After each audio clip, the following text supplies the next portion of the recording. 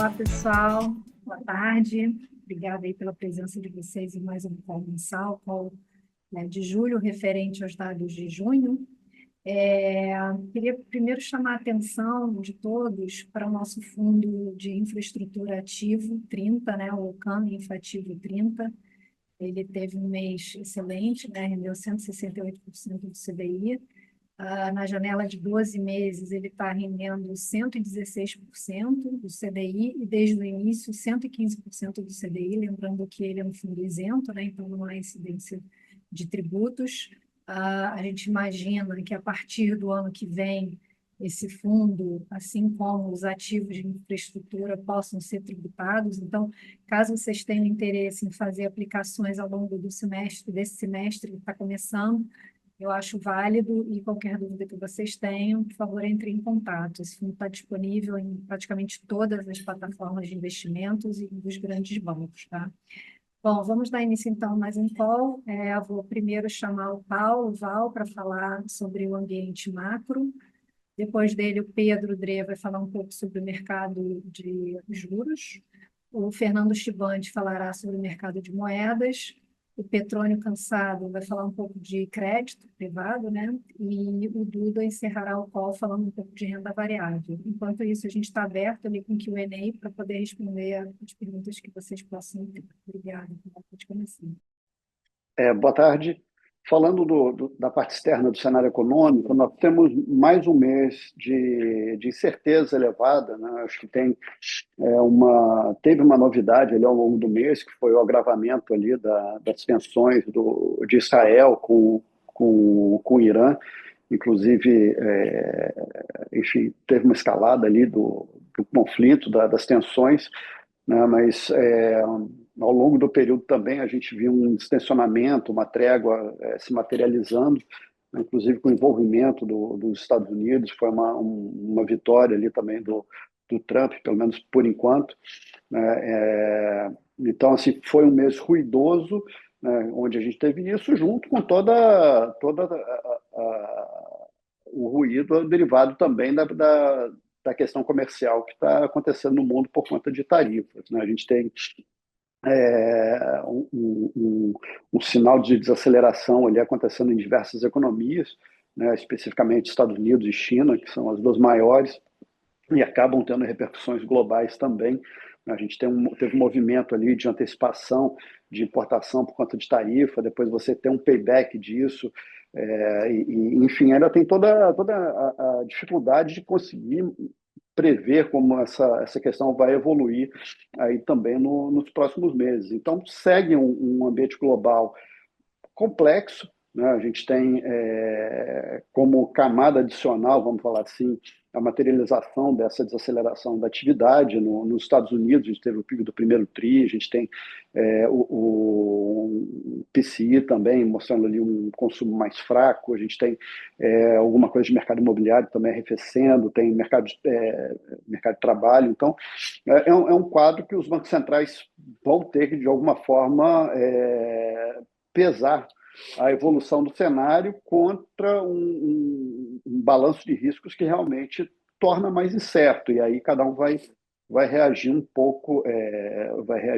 de um jeito, né? Mas eu acho que cabe também aqui comentar ali o enfraquecimento do dólar, que aconteceu justamente por conta dessa evolução do cenário, né? Um movimento ali bastante relevante, enfim, associado à dinâmica da economia, associado também a uma perspectiva de deterioração de dívida. Então, enfim, novamente ali um cenário que torna a navegação ali do ambiente econômico mais complexa. Quando a gente passa para o ambiente doméstico, a gente teve, de um lado, o BC dando uma alta final ali de 25 bips na Selic, e basicamente sinalizando que, a menos que aconteça alguma coisa muito fora do previsto, ele encerrou o ciclo, né? Ele fala de interrupção do ciclo, né? E manutenção da taxa por um período bastante prolongado. Quer dizer, quando ele mostra as projeções, ele mostra que ele não consegue chegar na meta com a trajetória de Selic que tem embutida no Focus, que é o que ele usa para fazer esse cenário que ilustra o relatório de inflação, o comunicado do Copom, a ata do Copom. Então, ele teria que fazer mais do que está no cenário do Focus, mas, e aí a forma dele fazer isso é essa promessa de manutenção dos juros por um período bastante prolongado, né? E aí esperar a Selic atuar em cima dos canais de transmissão enfim, eventualmente alguma outra variável, como o próprio câmbio tem ajudado agora. Enfim, talvez até aproveitando também um pouco dessa janela mais positiva que a gente tem de inflação agora no meio do ano, onde sazonalmente ela vem para baixo, esperando isso ter algum efeito em expectativas. Assim, sendo até mais abrangente aqui, eu acho que a gente está passando por uma janela mais benigna de inflação, não só por conta desse efeito da janela do meio do ano, mas realmente tem alguma coisa ali, talvez até do câmbio já se materializando, né? E tem algumas indicações ali de algum arrefecimento da inflação, mas o fato é que a melhora de perspectiva, a gente vê isso no Focus, vê isso no questionário Pré-Copom, está muito concentrada nesse ano, né? Isso não tem afetado os períodos mais longos.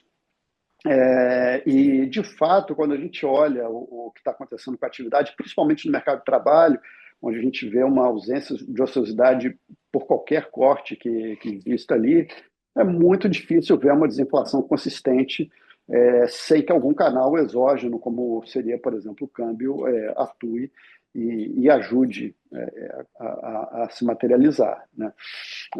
Então, também aqui a gente tem um cenário de convergência de inflação para a meta que é desafiador, bastante questionável,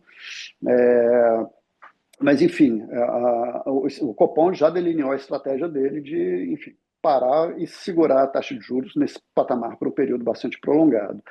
E, em cima disso, eu só adicionaria também o ruído que acabou se elevando ali na relação do executivo com o legislativo e agora também na margem envolvendo um pouco o Poder Judiciário, que é a questão do IOF. No nosso call anterior, a gente já comentou um pouco ali sobre esse ruído, ele não diminuiu desde o nosso último call, na verdade ele aumentou, isso acabou gerando a derrubada do decreto do IOF pelo legislativo, foi emitido ali um decreto legislativo fazendo isso, e eu acho que isso mostra ali muito, de um lado, o desgaste da relação do Congresso com o Executivo, ao mesmo tempo que você tem uma insatisfação em relação ao aumento de impostos que, enfim, acabou criando ali um terreno fértil para isso acontecer.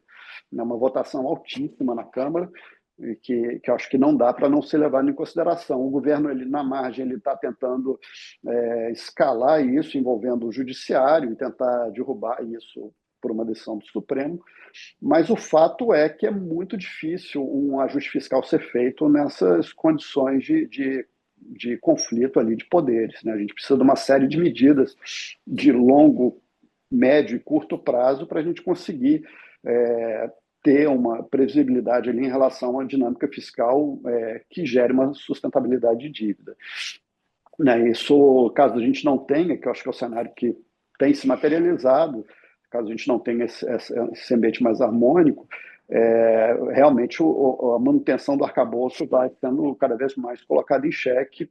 Provavelmente a gente vai discutir um novo regime enfim, depois da próxima eleição. Bom, acho que é isso que eu tenho aqui da parte do cenário econômico, e então eu passo para o Pedro para falar do mercado de juros. Obrigado, Paulo. Boa tarde a todos. Obrigado pela presença aqui no call. Vamos dar sequência aqui para o mercado de juros. O que a gente viu no mês passado, no mês de junho, foi um comportamento um pouco mais disperso da renda fixa aí ao longo dos mercados, nos mercados de renda fixa como um todo, né? A gente viu, acho que os destaques ficaram na curva de juros tanto os Estados Unidos quanto o Brasil, que foram os movimentos de fechamento mais expressivos. As outras regiões tiveram movimentos menores, aí um para cada lado.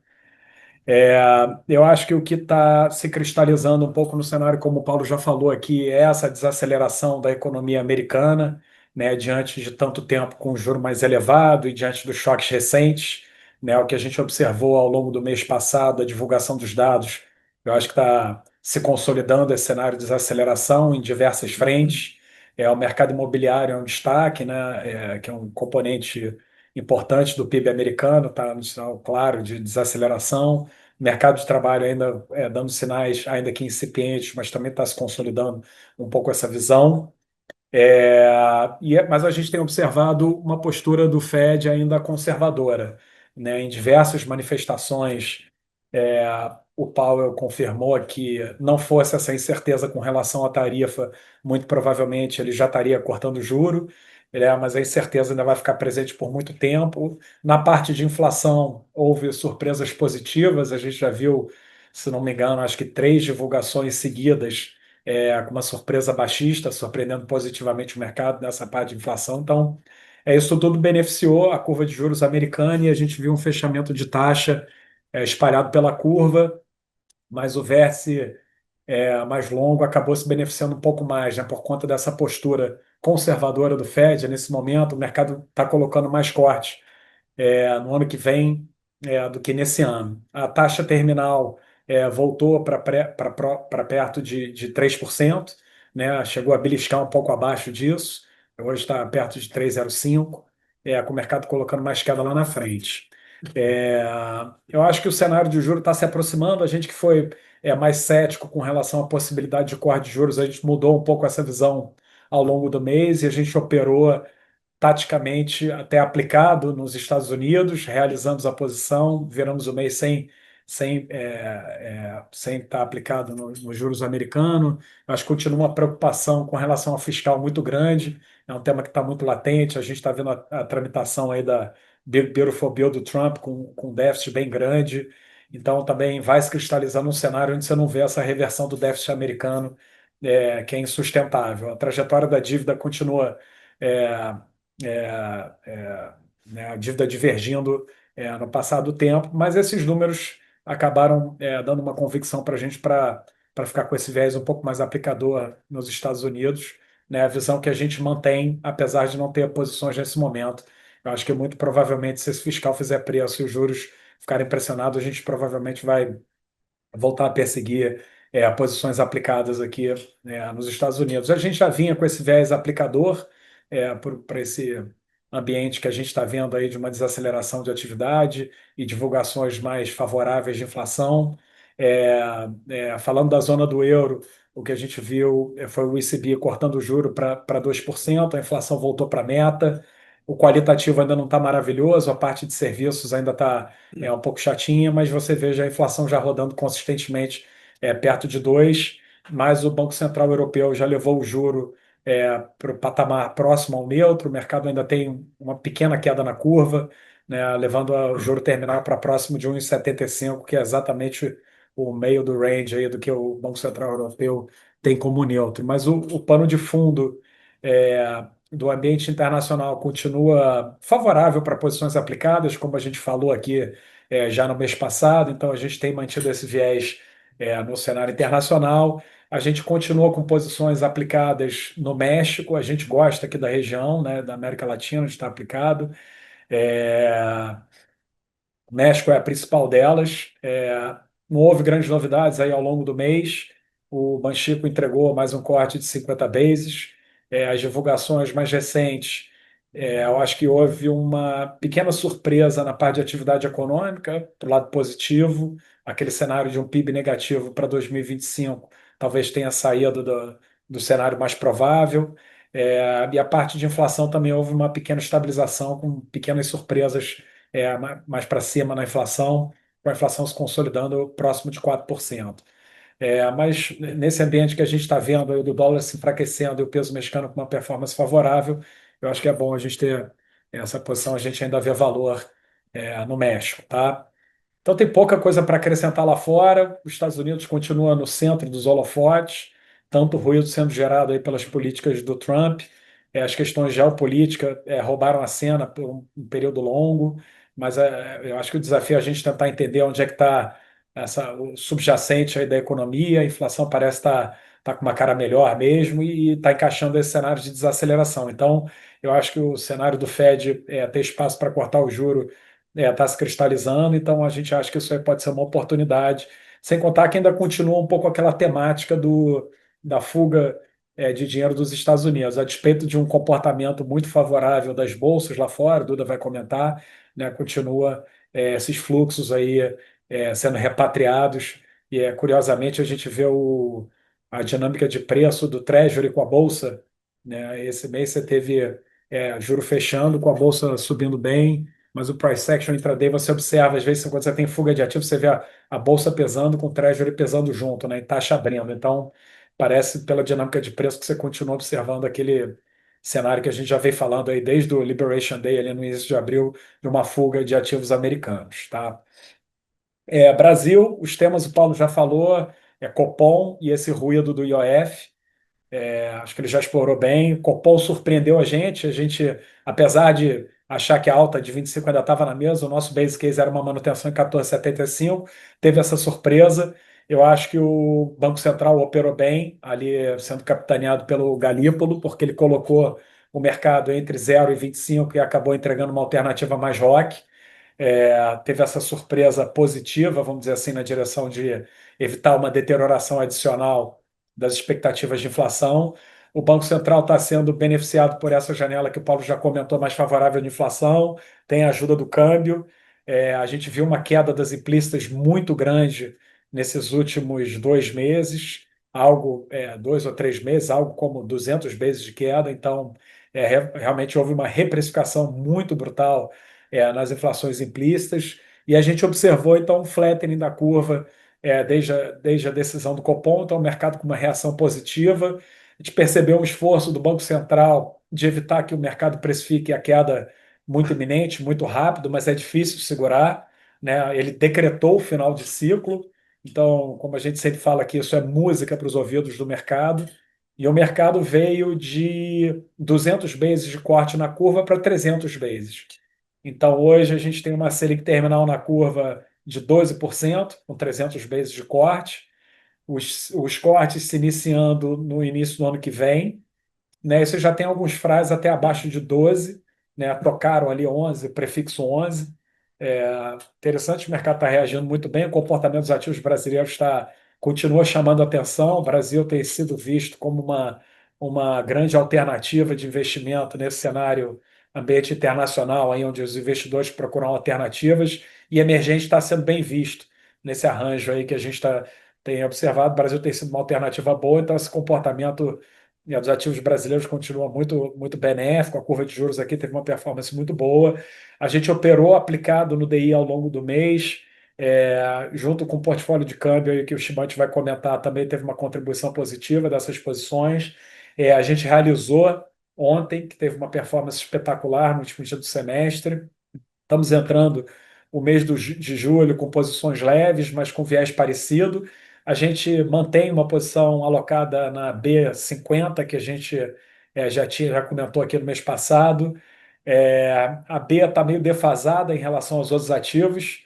Eu acho que por conta dessa concorrência aí com os ativos de crédito aí que o Petróleo vai comentar, as emissões incentivadas, né, que concorrem com a B, então a B tem ficado para trás, mas a gente acha que as coisas estabilizando, a B tem para andar ainda para se alinhar aos outros ativos que já foram na frente, né? E continua um pouco essa percepção que a gente já comentou aqui no mês passado, que o governo aí com pouquíssima popularidade, uma troca de governo nas eleições, aos olhos de hoje, parece inevitável, né?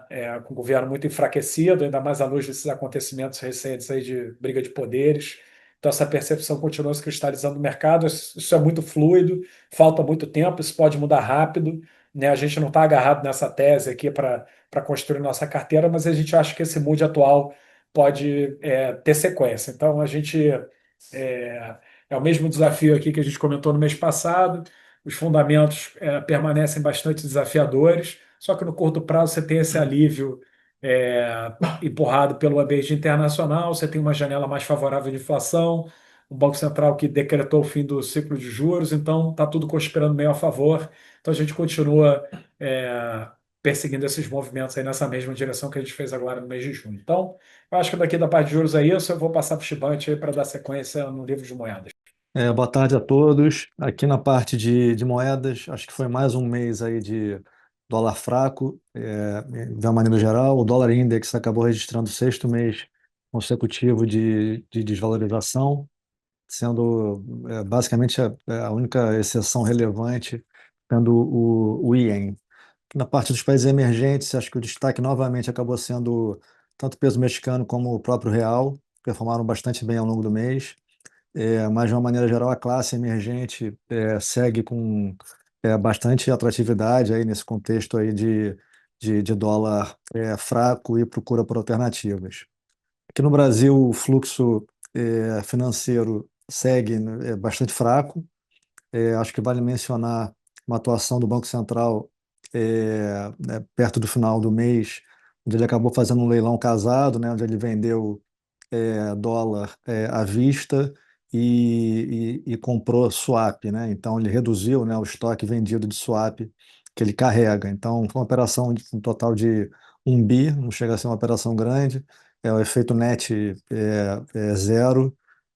A gente acha que a intenção aqui foi basicamente aliviar a pressão, né, mirando muito mais o cupom cambial e para manter a liquidez aí no mercado à vista que já vem consistentemente aí pressionado.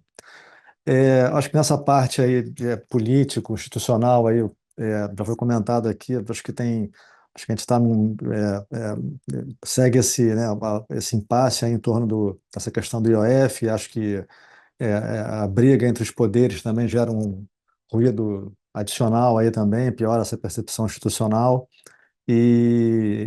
obviamente que isso aí se soma à preocupação em torno da parte fiscal também, que continua no radar. Acho que apesar disso, fica esse cabo de guerra aí, por um lado, esse noticiário local um pouco mais carregado, por outro lado, essa questão do dólar fraco, a procura por alternativas. Acho que é um tema que parece que vai persistir por mais algum tempo. E, além disso, você tem também, como já mencionado aqui, o cenário eleitoral, né, com uma probabilidade, parece, né, de uma troca aí de governo no ano que vem, e essa popularidade mais baixa aí do governo acaba também, nesse momento, sendo positiva aqui para o mercado. Então, por conta disso, aqui em termos de posição, a gente segue sem grandes posições estruturais, mantendo uma abordagem mais tática, mais seletiva, e acho que basicamente aqui com operações aqui que se beneficiam dessa temática de dólar mais fraco, tá? Eu passo agora a palavra para o Petroni para fazer comentários aqui sobre a parte de crédito. Boa tarde, obrigado aí pela presença no call. Eu vou tentar fazer um resumo rápido aqui da parte macro, então, em juros, né? Mas para mim, assim, o que tem de mais importante afetando o crédito, né, é que do lado externo a gente continua com o ambiente conturbado, mas mesmo nesse ambiente, a gente teve no mês passado os ativos de risco lá fora indo bem. E de alguma maneira a gente vê um sinal de que está tendo alguma saída de recursos dos Estados Unidos e buscando alternativas, que tem deixado moedas de alguns emergentes mais fortes, inclusive o Brasil. Ou seja, na margem, um ambiente confuso, turbulento, arriscado, mas marginalmente mais positivo, né, para emergente. E do lado local, eu acho que tem duas coisas mais relevantes, né? Nesse período recente, né? Foi realmente o fim do ciclo de alta dos juros, que meio que já estava no radar, mas eu acho que você ter o Banco Central realmente sinalizando isso, confirmando isso, é uma notícia positiva, pelo menos assim, dá uma sensação que parou, né? E que depois que para, as pessoas tendem a imaginar que o próximo movimento é para baixo, visto que está colocado na curva, como o Pedro já colocou. Isso também gera assim, um ambiente, eu acho que na margem, mais positivo a despeito de todos os riscos que a gente está vendo da parte fiscal e desse atrito um pouco maior entre legislativo e executivo, né? Então, esse ambiente de risco, de um lado, gera um pouco de preocupação, mas do outro, eu acho que tem alguns elementos mais favoráveis, coisas que a gente já não via há algum tempo. E no mercado de crédito, quando as coisas estão meio de lado para favorável, acaba que as pessoas começam a ter um pouco mais de apetite a risco, e eu acho que é natural, no patamar que a gente está de juros, e esse juro deve ficar alto por muito tempo, focar em renda fixa, e os ativos de crédito acho que continuam muito bem atraentes, né? Neste tipo de ambiente, eu acho que na margem um pouco mais, né? Então, a pergunta fica mais em que investir, né?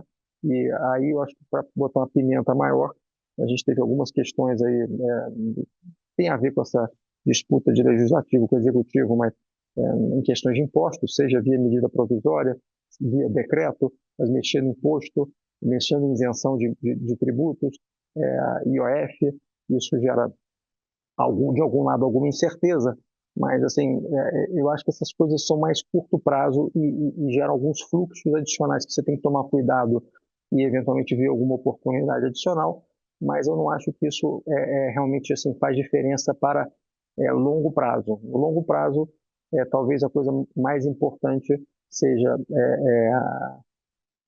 a gente ver de fato o Brasil encontrando soluções para a questão fiscal e uma definição maior desse ambiente externo, que está parecendo que a gente tem uma polarização maior e talvez o Brasil fique numa posição de destaque entre esses blocos que estão se formando. Então, eu diria que mais para longo prazo a visão até mais positiva, e no curto prazo o que a gente teve de ruído acaba talvez gerando um pouco mais de demanda por ativo incentivado.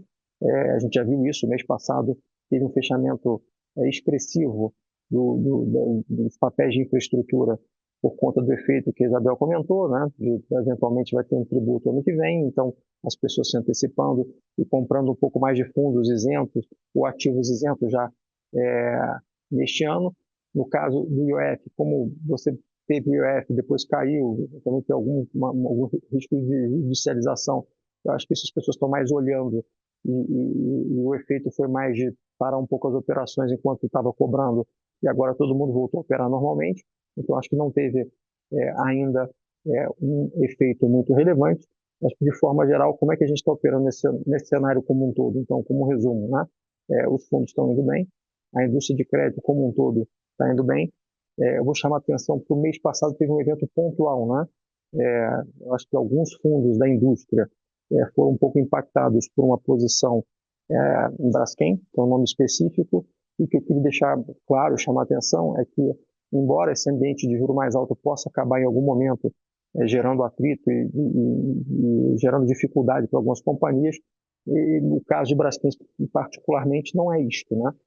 O problema de Braskem é uma questão muito pontual, ligada a outros eventos que não têm a ver diretamente com juros, é mais com a própria operação da companhia, e são riscos que é muito difícil de um gestor analisar, né?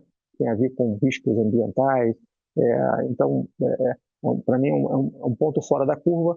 A gente não tinha o papel aqui, então nossos fundos não foram impactados, e o IDA DI também, se você tira esse evento específico, foi bem no mês passado, né? Então, nossos fundos aqui, os D30, renderam perto de 110 CDI, os fundos D1 mais curtos, mais perto de 105.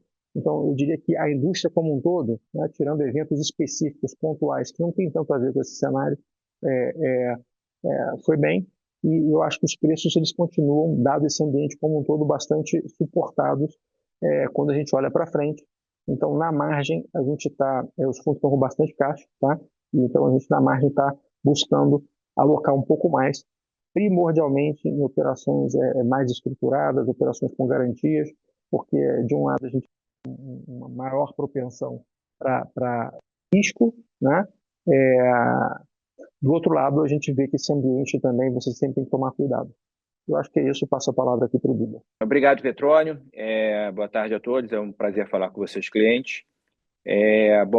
Foi mais um mês positivo aqui para a Bolsa e também fechou um semestre favorável, assim como foi favorável a nossa geração de valor nos fundos, tanto multimercado e ações. Tá? A Bolsa subiu aí 1,3% no Brasil, mas o destaque foi lá fora, 5% no S&P e 6,3% no Nasdaq.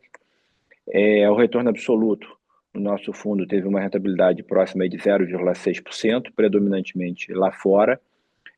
Nós expandimos a carteira lá fora, então estamos animados também, estamos com a exposição até maior nos multimercados, como retorno absoluto, aqui no Brasil, porque a gente vê muita oportunidade relativa aqui no Brasil, onde a gente tem um ciclo de competência muito alto, então estamos ainda 2/3 aqui da exposição aqui no Brasil e 1/3 lá fora. A boa notícia também é que o risco tem sido concentrado mais em equity, estamos animados, né? E a comprovação disso é que a gente está próximo aí de 100% de exposição bruta, aí próximo de 55% comprado e 45% vendido dentro do retorno absoluto, ou seja, bem animados para gerar valor. Tá?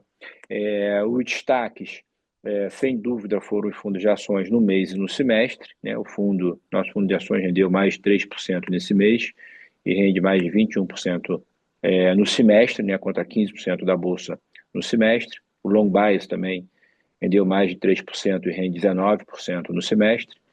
E mesmo nosso long and short, que confirma o nosso alfa que a gente tem gerado em bolsa, tem gerado aí 180% do CDI no mês e 180% aproximadamente no semestre. Tá? Então, eu acho que é muito bom e o melhor é a consistência com que a gente tem gerado esse valor. Para a gente é fundamental essa consistência, porque a gente só expande a posição quando efetivamente gera valor continuamente, então a maioria dos dias tem sido positivo e com um Sharpe bastante alto, por isso que a gente tem aumentado. Bom, indo para o setor global, né, o que a gente fez? Tá? A gente aumentou a exposição no mês e aumentou principalmente em dois setores que foram destaque também em performance, que foi semicondutores e mídia social, mas também aumentamos em e-commerce e algumas empresas de sistemas de prestação de serviço. Tá?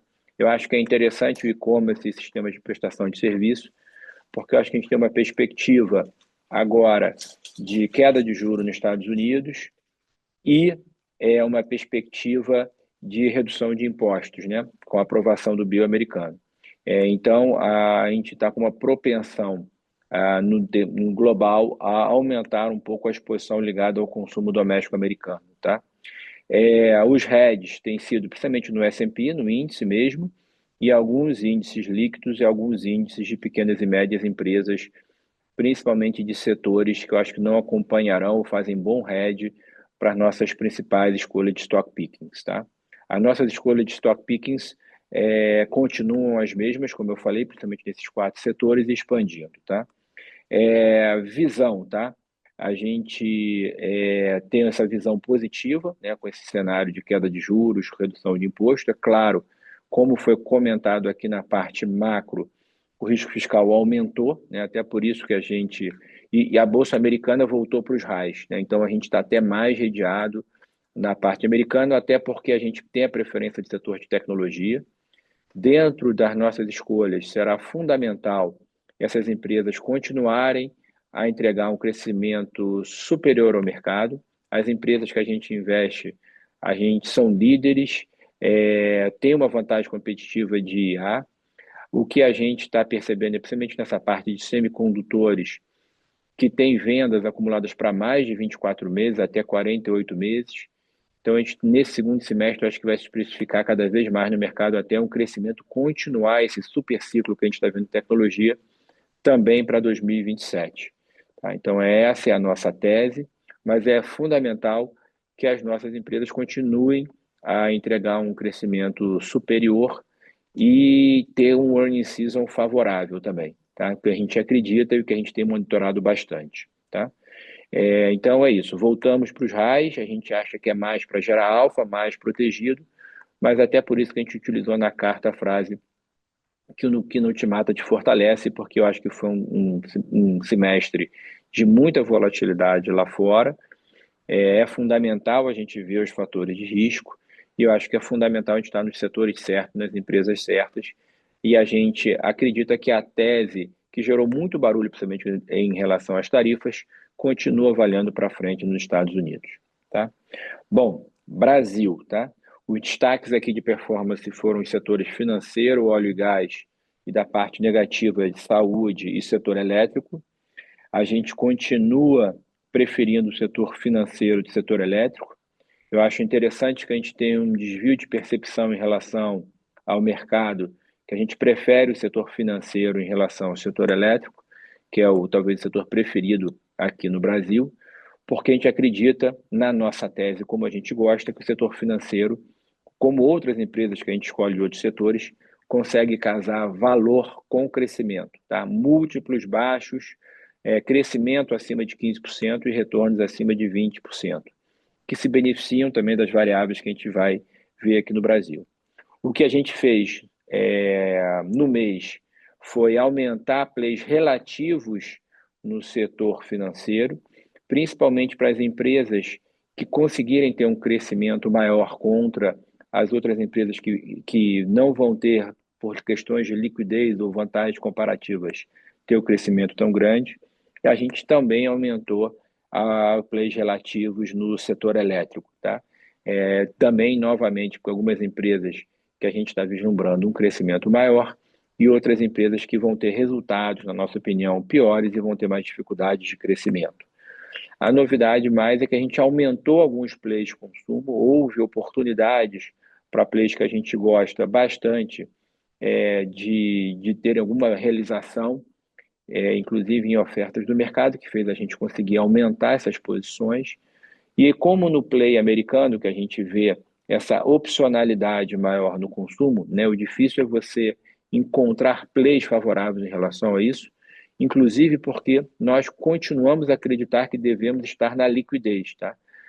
As empresas maiores, líderes, mais líquidas do mercado, continuam dando opções muito favoráveis. A gente acredita que não é necessário ir para a segunda linha, tá?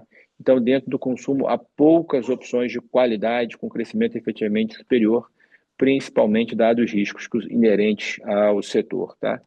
Aqui no Brasil, a nossa visão é que finalmente você teve o fim da alta de juros, que é fundamental para a Bolsa performar, e uma perspectiva de queda de juros, tá? Já precificada pelo mercado para o ano que vem.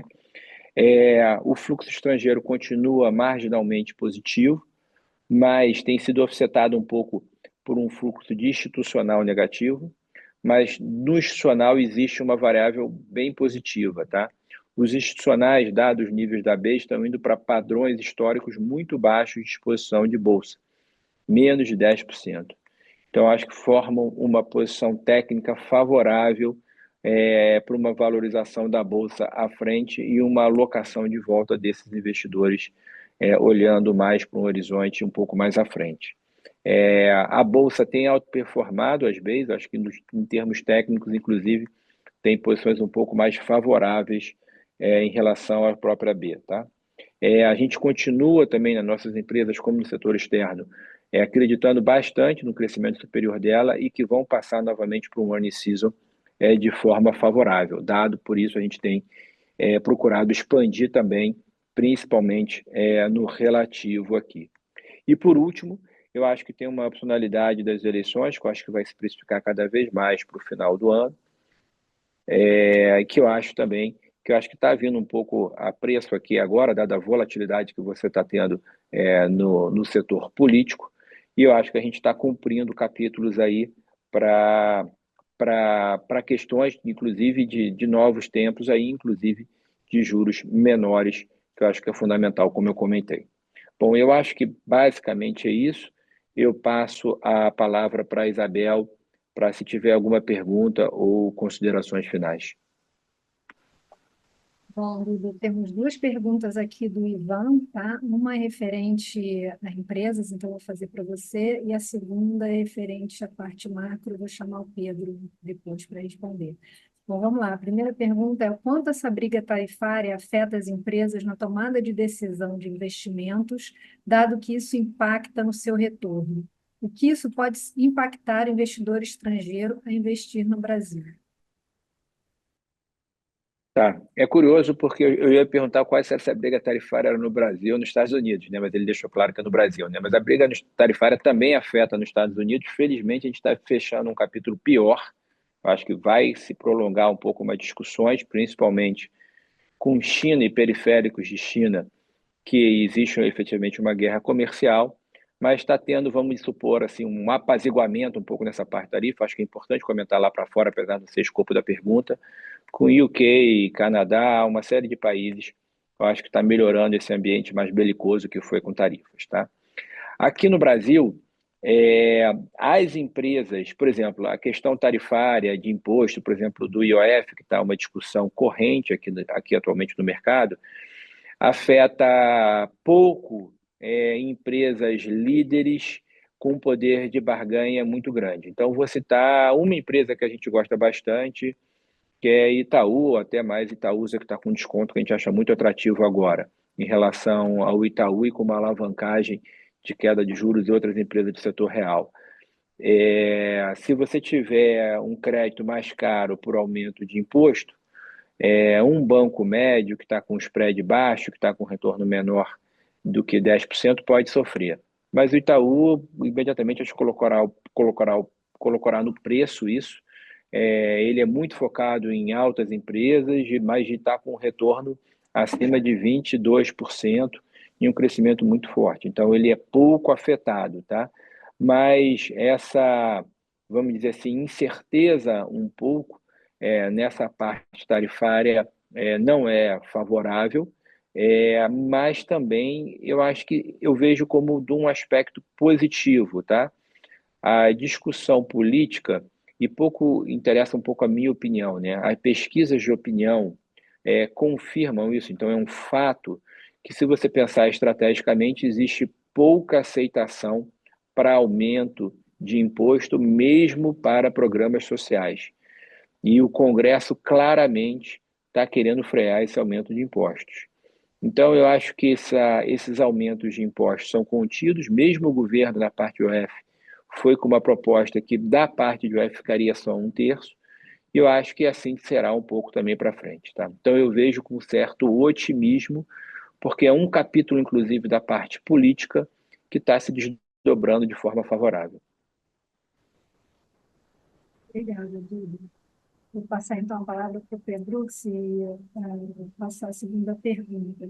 Falando em taxas de juros brasileiras, a abertura nos vértices mais curtos e o fechamento nos vértices mais longos está ligado à questão política de troca de governo ou ação do Tesouro na emissão de NTNs-B? Obrigado pela pergunta. Ele está perguntando qual é o gatilho para esse movimento de flattening da curva brasileira, né? Nunca é um motivo só. E eu acho que, mais recentemente, o principal gatilho que forçou esse movimento foi a postura do Banco Central. Então, eu acho que é mais uma questão de política monetária, que é influenciada por diversos fatores, que acabou causando esse movimento. Seja ele a decisão de elevar 25 bases, que foi uma surpresa, o mercado não estava lá, estava no meio do caminho. Então, isso matematicamente pressiona os vértices mais curtos.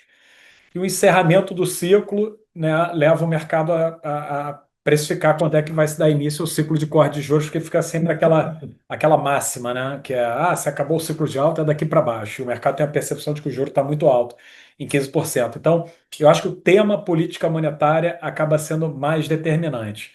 Mas o outro motivo que ele citou, que é a possível troca de governo, acaba amplificando um pouco esse movimento, porque até você conversa com os investidores estrangeiros, né, que estão se interessando muito por Brasil na margem, porque eles já estão underalocados.